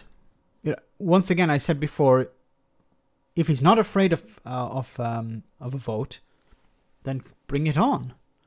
If he thinks that the Marsh show last Sunday, yes, sorry, I should have said that. If he's confident that the union is strong, then he should say, let's have a vote. Let's have it today. But of course, he's afraid of a vote because he knows that the union is not strong. He knows that the Conservatives have undermined the union in every way. And the more he speaks, the more he undermines it. The best Boris Johnson can do to protect the union is not talk about it, to ignore the topic completely. Okay, guys, I just want to move on to... we're getting close to the end of the stream. I just wanted to talk about a situation here in Italy. Oh my God. So it says here, Italy's power struggle raises fears over COVID and the economy. So Italians struggle to fathom Giuseppe Conte's resignation as prime minister and resulting political limbo. So just to give you a bit of a background of what's happening, Italy has a number of different parties, and in the government at the moment there are the Five Star Movement, which is a populist centre-left, centre-right party, which is difficult to explain because some of their policies, some of their the people within the party are centre-right, some of the people are centre-left. It's a mix of different people, different political persuasions, and the Democratic Party, which is a centre-left party. Now, they also had, as part of the government, a smaller party called Italia Viva, which is like Italy Alive, and I think it was a very small, maybe 10 or 12 seats or something like that. They decided to leave. They were headed by, or they're currently headed by, Matteo Renzi, who's extremely unpopular in Italy. He used to be prime minister. He decided to pull the plug because he wasn't happy with how the government were dealing with the pandemic. He's not like one of these, crazy people, but I think his decision to pull the plug and undermine the government at this moment was a bad choice. Max, they call that big tent party with many views. Yes. It's not because it's not really a party, it's more a movement, because the Five Star Movement doesn't have a party structure. It doesn't have a party leadership or a council. There are most of the decision making is done online. The members decide. The new motions or decisions to kick people out of the party are decided by the members of the party. It's a bit like a convention. You'd have a party convention or whatever, or a committee. Not even a committee, just a convention that would decide actions, and it's all done online. I'm supportive of the Five Star Movement, but I think they've moved away too much from their core positions. One of the core beliefs of theirs was a UBI, something like a UBI. And it continually got watered down. And there have been problems with certain members of the party where they had some very, very strong policies, very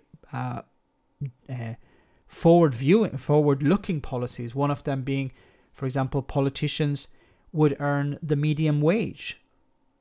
It was set at about 2,000, a little bit above the medium wage of 2,000 euros a month.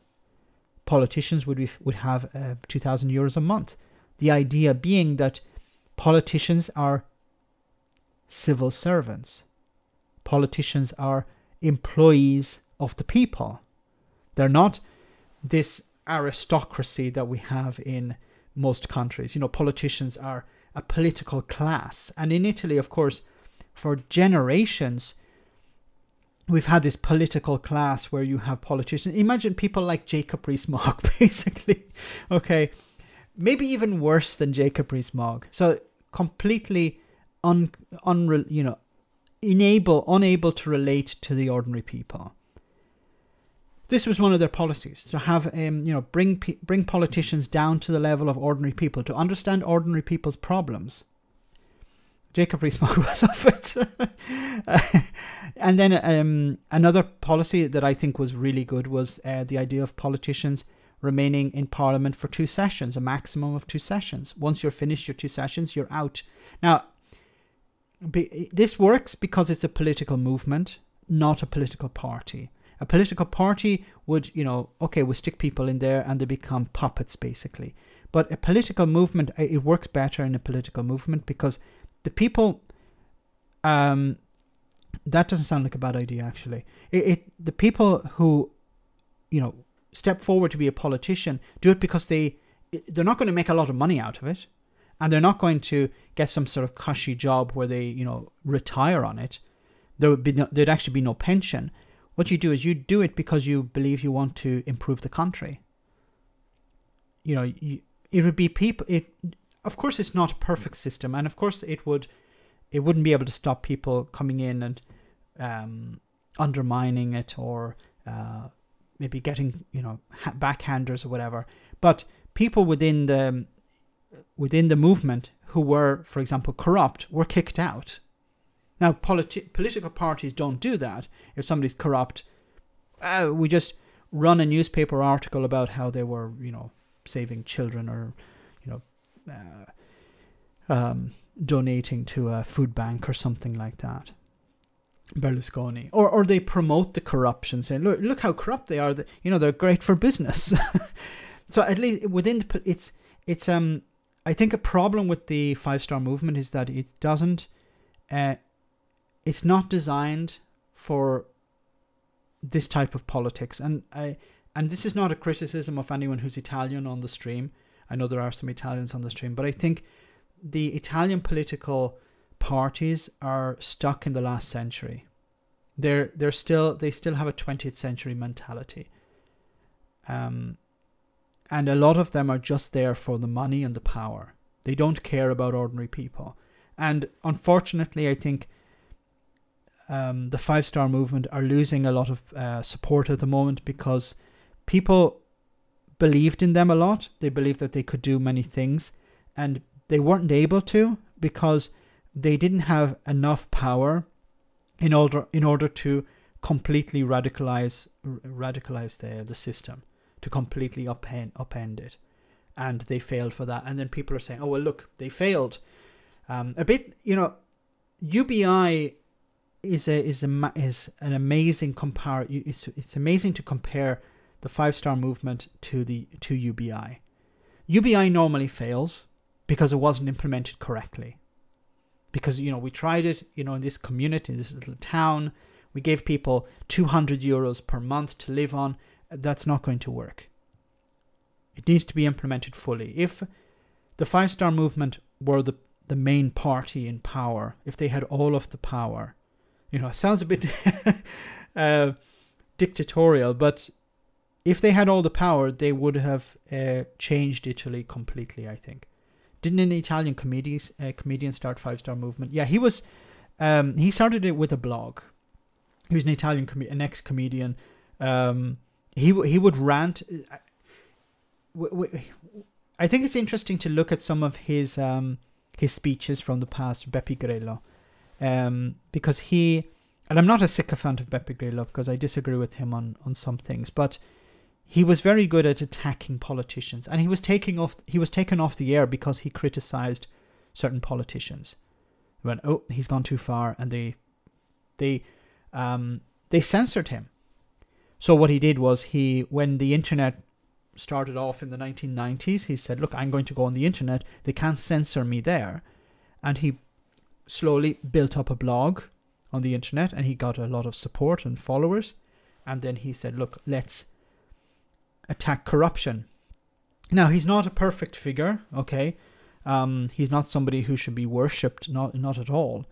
But I think he had the right idea, and I do disagree with him on some things.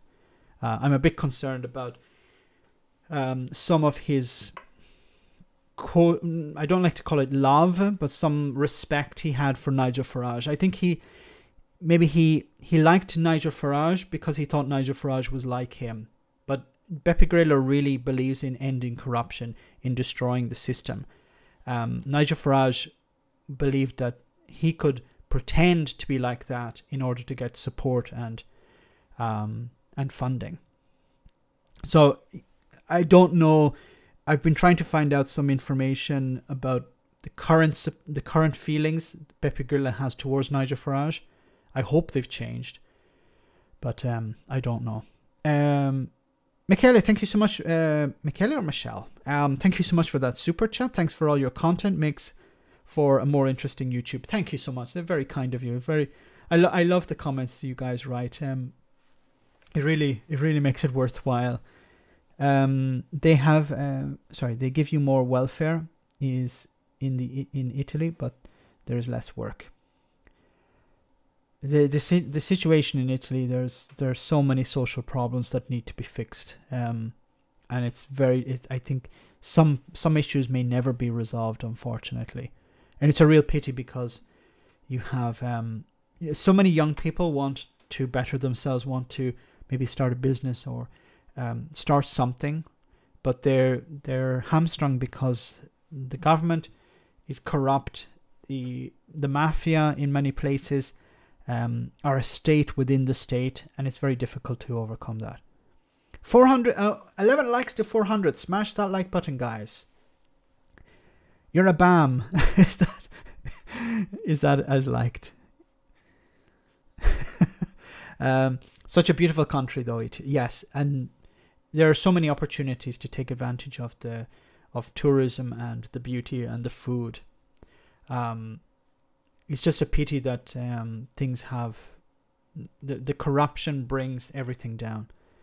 Dan the man, hi Dan, hope you're well.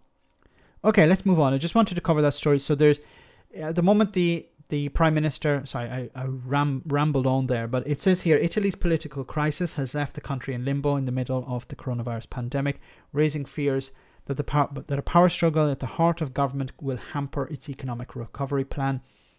The Prime Minister, Giuseppe Conte, resigned on Tuesday after weeks of feuding with the former Prime Minister Matteo Renzi, who withdrew his party Italia Viva from the ruling coalition following clashes over the handling of the pandemic and the spending plan of 209 billion euros, 185 billion pounds Italy is due to receive from the EU's economic recovery plan.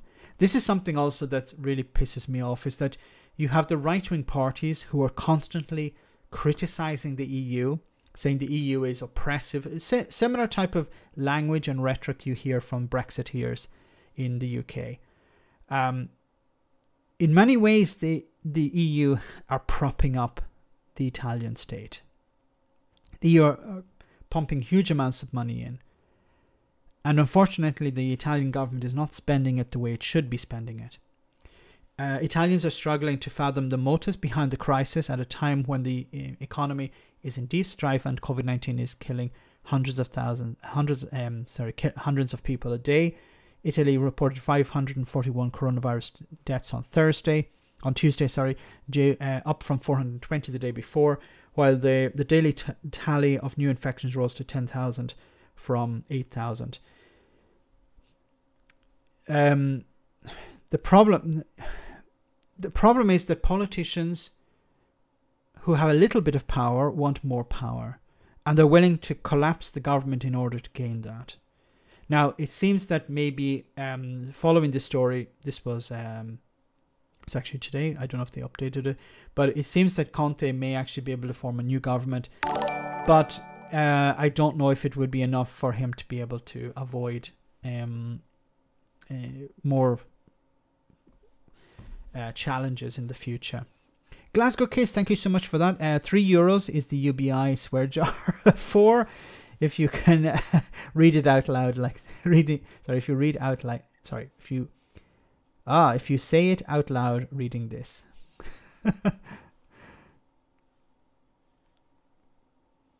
Feck.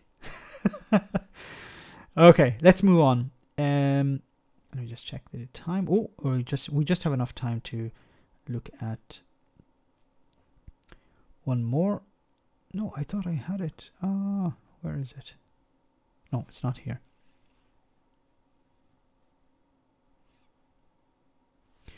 No, there was. I'll jump to it from here. It was in the US.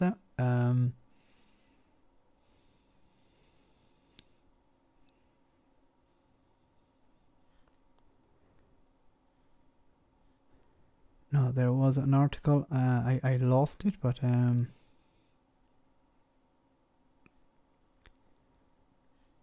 maybe it was this. So Biden vows to vaccinate 300 million people in US by the end of summer or early fall. This was something that Dr. Fauci was talking about, that there's a possibility that the US could arrive at a stage where they have enough people vaccinated by the fall, by autumn, if they follow a track that that the scientists are suggesting. Now,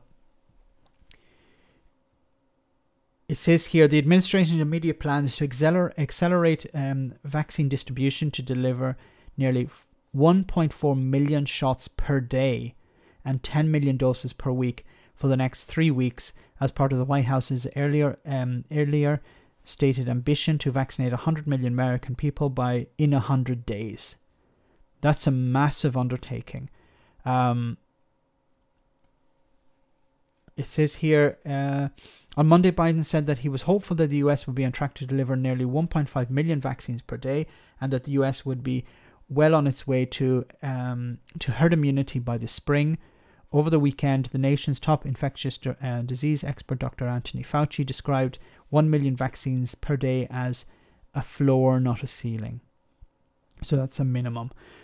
However, Biden also forecast a more harrowing death toll, and on Monday said that the US could see 660,000 deaths total before the pandemic is brought under control. The Center for Disease Control and Prevention, CDC, predicts up to 508,000 people in the US could have been killed by COVID-19 by the 13th of February. The death toll so far is 423,000, according to the Johns Hopkins Coronavirus Research Center. So just as Trump has left the White House, the US pretty much hits the death toll of World War II. US deaths in World War II. I think it was 450,000, so almost at that. So I want to... Night Raven, thank you so much for that. €5 bribe for Jenny Closer. Well, is it a bribe? Is a bribe if you do something you were planning to do? Is that a bribe? So if the policeman, if the policeman stops you and says, roll down your window, sir or madam, and you hand them some money and they say, I'm not going to give you a fine. Was that a bribe? If they were not going to do it anyway, is that a bribe? Okay, so as we're close to the end of the stream, I just want to say, I'm just going to finish with, of course, one for the road. I want to say a big thank you, of course, to everyone who came on the stream tonight. I think we're at over 600 views tonight. That's amazing, fantastic, great to have everyone on. I want to say a massive thank you, of course, to everyone who sent a super chat. Those are greatly appreciated. Thank you so much for that.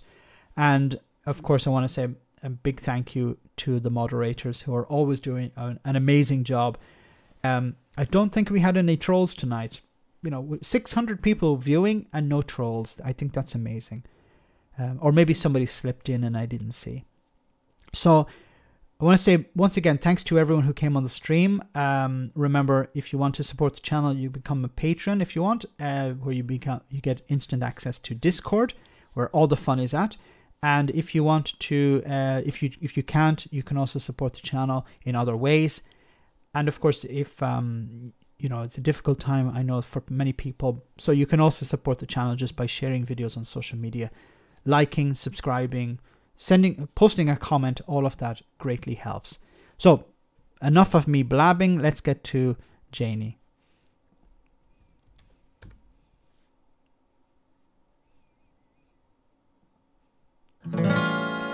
Usher by Boris. Oh, no, not this one. Whoops, sorry. Apologies. Well, you know how Trump liked his bleach and that? Well, he left a couple of bottles of bleach behind, and my wife and a couple of the members of staff and that here, we've had to gut the whole place from top to bottom. The smell would have knocked you clean off your feet. And of course, the fake tan over the mattress. There was fake tan all over the headboard. And for some reason, there was 66 cans of hair lacquer in a trunk. I mean, what the fuck was he doing with all that hair lacquer? The place was minging, and the smell of piss would have knocked you down. But so we've spent the first 2 days just gutting the place from top to bottom. Okay. The place was minging, and there was a smell of pish from top to bottom. Okay, I wonder why that was the case. Nothing to do with Russian women. Anyway, so once again, thanks to everyone for coming on the stream tonight. Thanks once again to everyone who sent a super chat. Greatly appreciated. And of course, a big thank you to the moderators. Thank you as always. So guys, have a great week, and I see you all on Friday evening, same bat time, same bat channel, and have a great week. And as always, Boris Johnson says, stay alert. Good night, guys. See you soon. Take care.